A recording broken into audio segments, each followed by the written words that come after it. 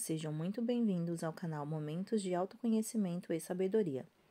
Inscreva-se no nosso canal e ativa todas as notificações para não perder nenhum capítulo deste livro. Capítulo 17. Sem lembrança nem desejo.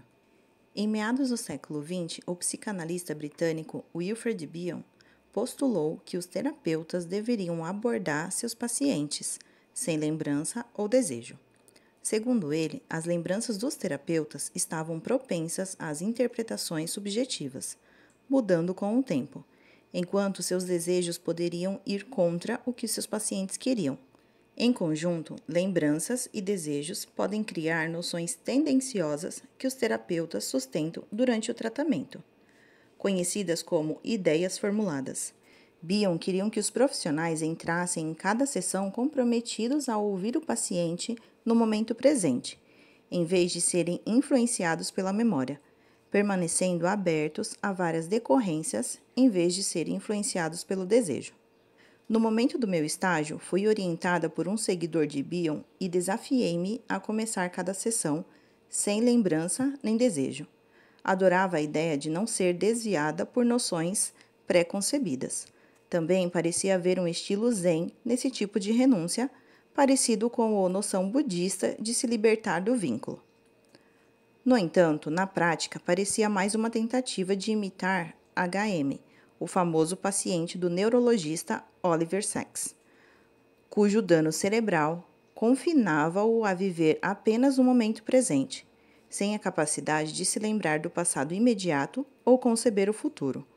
Com meus lóbulos frontais intactos, não conseguia me forçar a esse tipo de amnésia.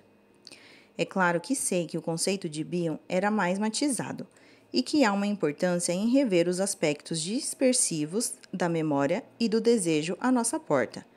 Mas cito Bion aqui porque, quando dirijo para as minhas sessões com Wendell, penso em como, do lado da sala, onde está o paciente, do meu lado, nenhuma lembrança do namorado e nenhum desejo pelo namorado se aproximaram de graça divina. É quarta-feira de manhã e estou no sofá de Wendell, sentada a meio caminho entre as posições A e B, tendo acabado de arrumar as almofadas às minhas costas. Estou plenamente decidida a começar com o que aconteceu no trabalho no dia anterior, quando eu estava na cozinha comum e avistei um exemplar da revista Divorce sobre uma pilha de materiais de leitura que seria colocado na sala de espera. Imaginei as pessoas que assinavam essa revista chegando em casa no final do dia e encontrando, entre todas as contas e catálogos de loja, esse periódico com a palavra divórcio, em letras amarelas na capa. Então imaginei essa pessoa entrando em suas casas vazias, cada uma delas acendendo as luzes, esquentando um jantar congelado ou pedindo comida para sentando-se para comer e folheando as páginas da revista perguntando-se: como é que isso virou a minha vida? Eu pensava que as pessoas que seguiam em frente depois do divórcio estivessem fazendo outro tipo de coisa e não lendo aquela revista, e que a maioria dos assinantes seriam de pessoas como eu, recém-feridas, tentando dar um sentido a tudo aquilo. Claro, eu não tinha me casado com um namorado, então isso não era um divórcio, mas era para nos casarmos, o que, segundo o meu pensamento, colocava-me numa categoria semelhante. Eu até sentia que, sob um determinado aspecto, aquele rompimento poderia ser pior do que um divórcio. Num divórcio, as coisas já ficam ruins, levando assim à separação. Se é para lamentar uma perda, não é melhor ter um arsenal de lembranças desagradáveis? Silêncios pétreos, gritaria, infidelidade, decepção pesada, para mitigar as boas? Não é mais difícil abrir mão de um relacionamento cheio de lembranças felizes? Parecia-me que a resposta era sim. Então eu estava sentada à mesa, tomando um iogurte e dando uma olhada nas manchetes da revista, curando-se da rejeição, lidando com pensamentos negativos, criando a nova você, quando meu celular vibrou, indicando a chegada de um e-mail. Não era como eu ainda tinha a ilusão de esperar do namorado.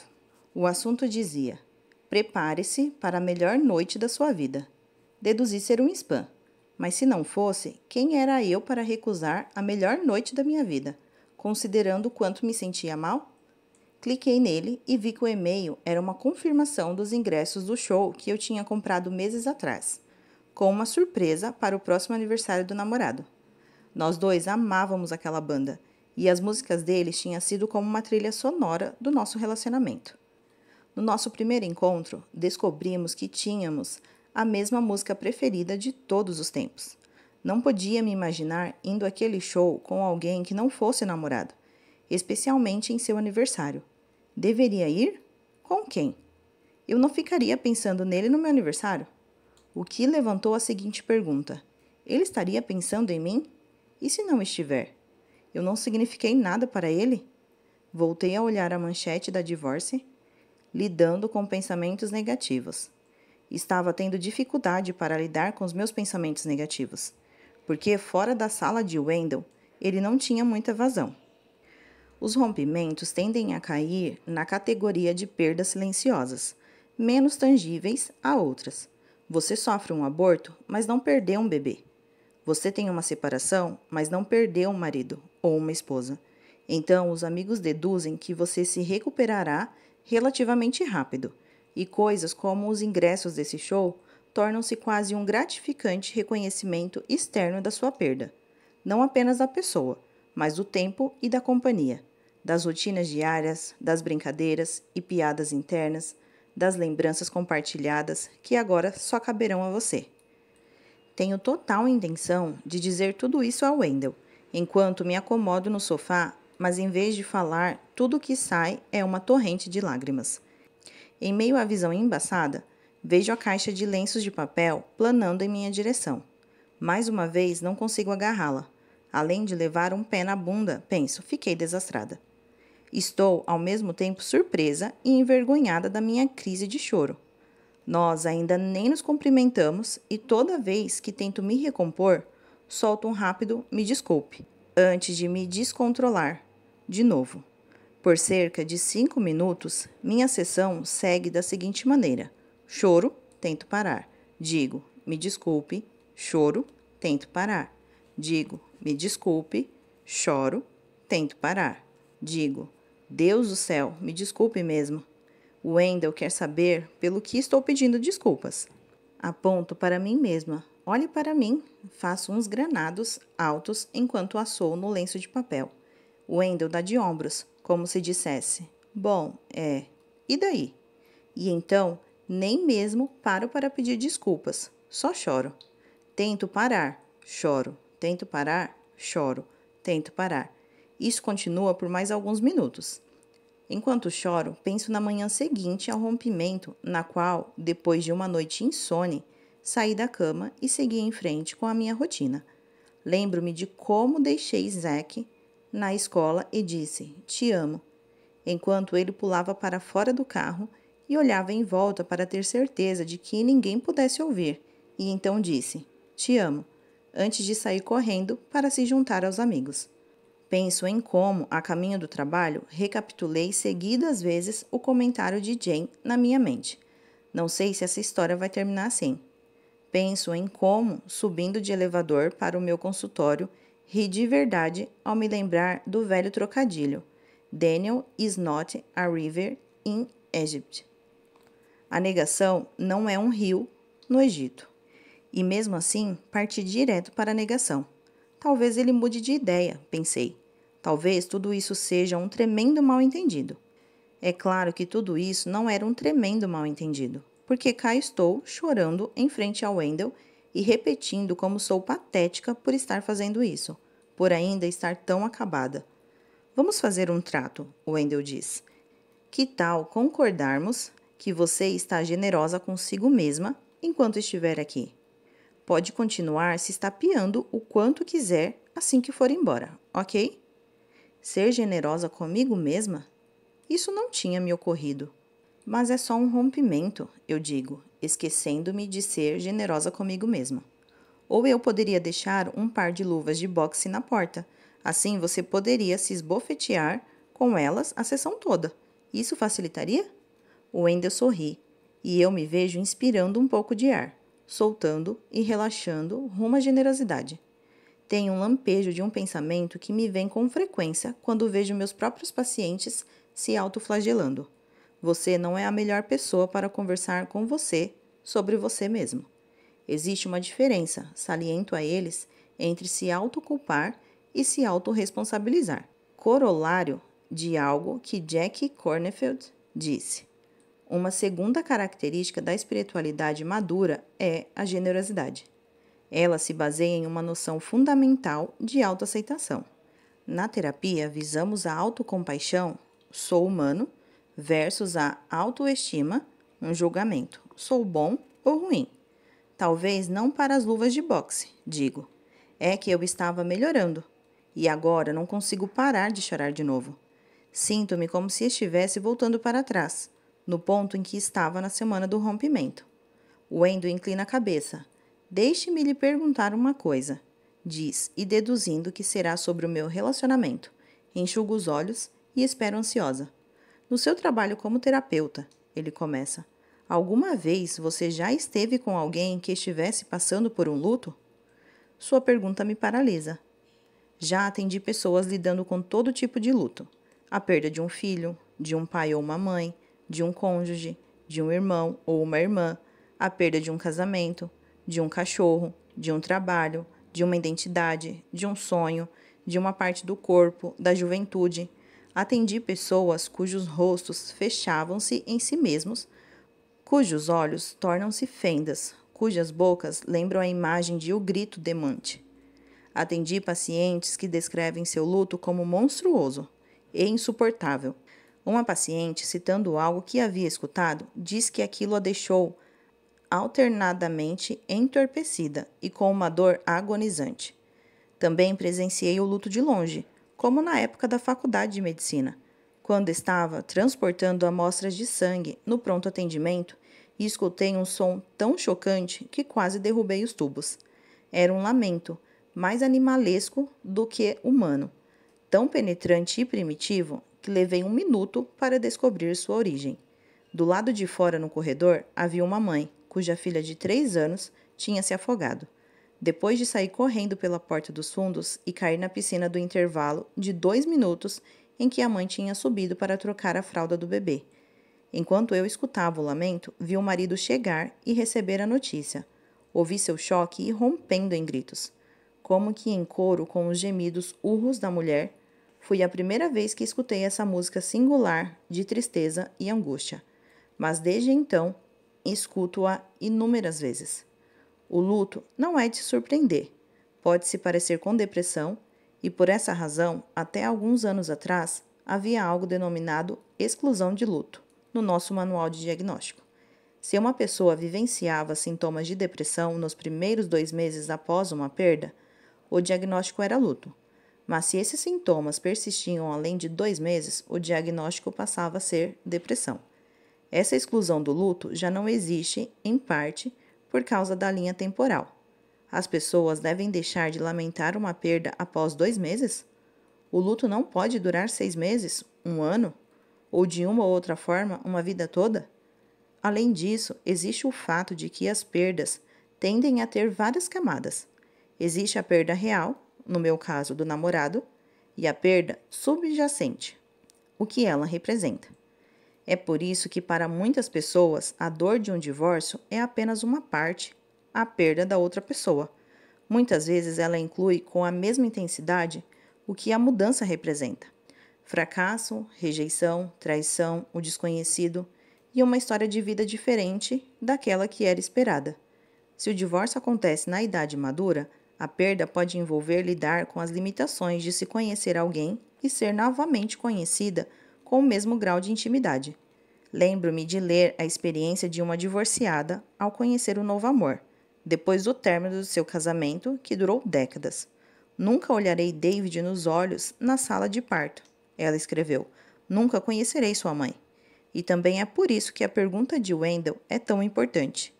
Ao me pedir que me lembre da sensação de estar com pessoas que estão atravessando luto, está me mostrando o que pode fazer por mim neste exato momento.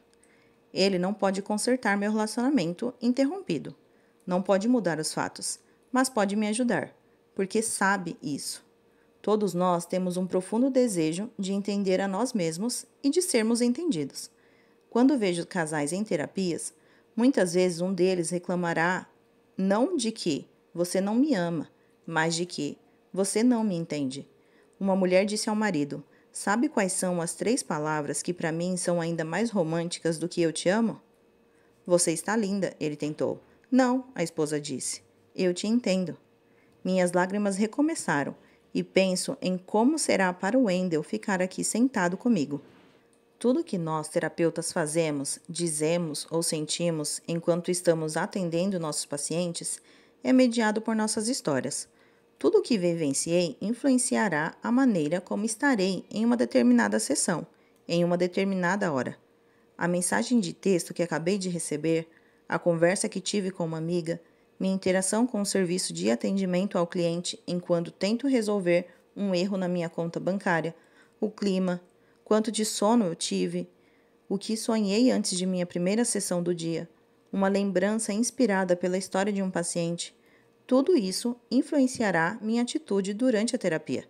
A pessoa que eu era antes do namorado é diferente de quem sou agora. A pessoa que eu era quando meu filho era um bebê é diferente de quem sou agora nas sessões, inclusive nesta com o Wendell. E ele é diferente nessa sessão comigo por causa do que quer que tenha acontecido em sua vida até agora. Talvez minhas lágrimas estejam trazendo algum luto que ele tenha vivenciado, e também seja doloroso para ele aguentar isso. Ele é tão misterioso para mim quanto eu sou para ele. E mesmo assim cá estamos, juntando forças para desvendar a história que me trouxe até aqui. É função de Wendell me ajudar a editar minha história. Todos os terapeutas fazem isso. Que material é irrelevante?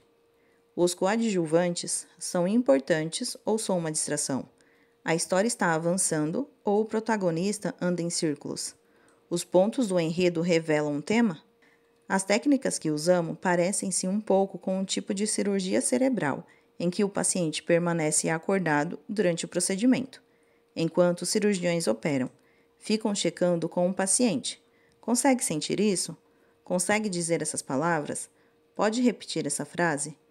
Eles conferem constantemente quão próximos estão de regiões sensíveis do cérebro e, se tocam em uma, recuam para não danificá-la.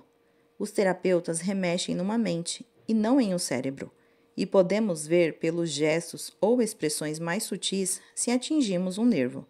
Mas, ao contrário dos neurocirurgiões, gravitamos em direção à área sensível, pressionando-a com delicadeza, mesmo que isso faça o paciente se sentir desconfortável.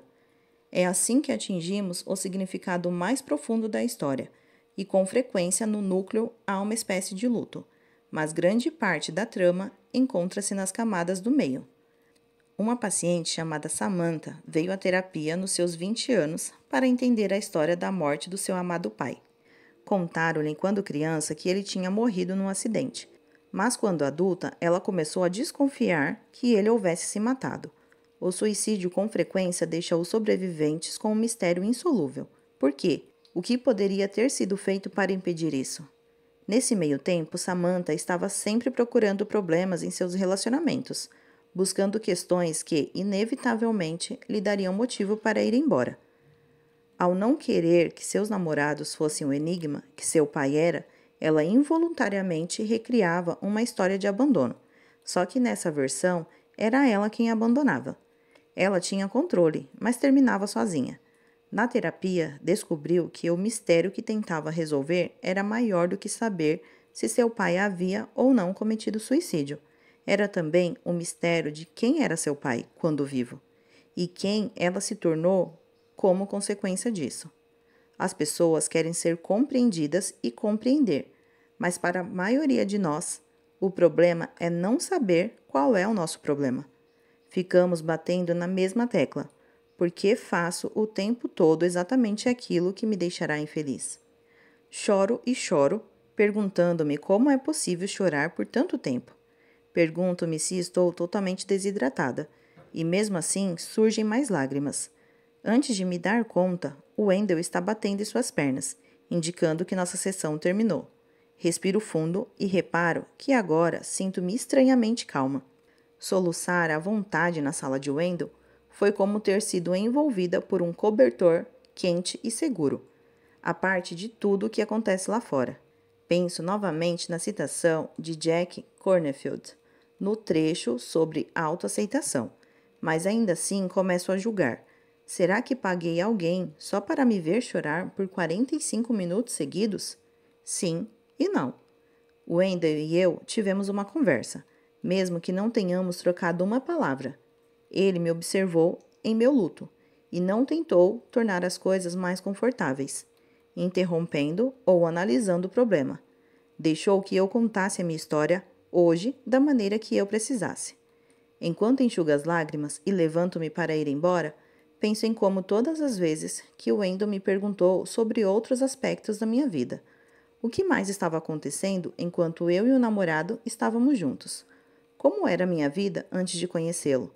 Dei uma resposta evasiva. Família, trabalho, amigos, nada para se ver aqui, pessoal. Sempre voltando o foco para o namorado.